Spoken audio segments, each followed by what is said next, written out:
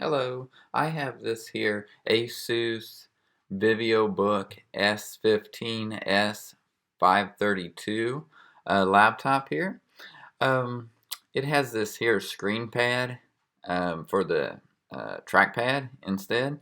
It's very high resolution IPS screen, and as you see here, it's got different apps and stuff you can use.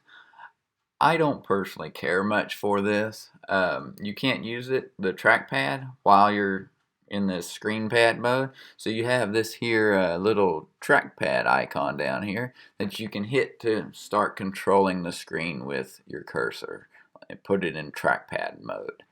So it's okay. It's a cool new thing. It's just like a touch bar on a Mac.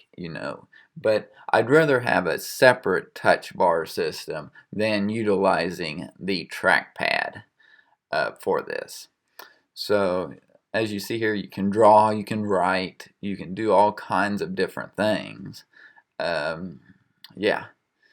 So that's how that works. Now, what's weird or funny, I guess, is this is full HD, this trackpad, or screen pad, I will say.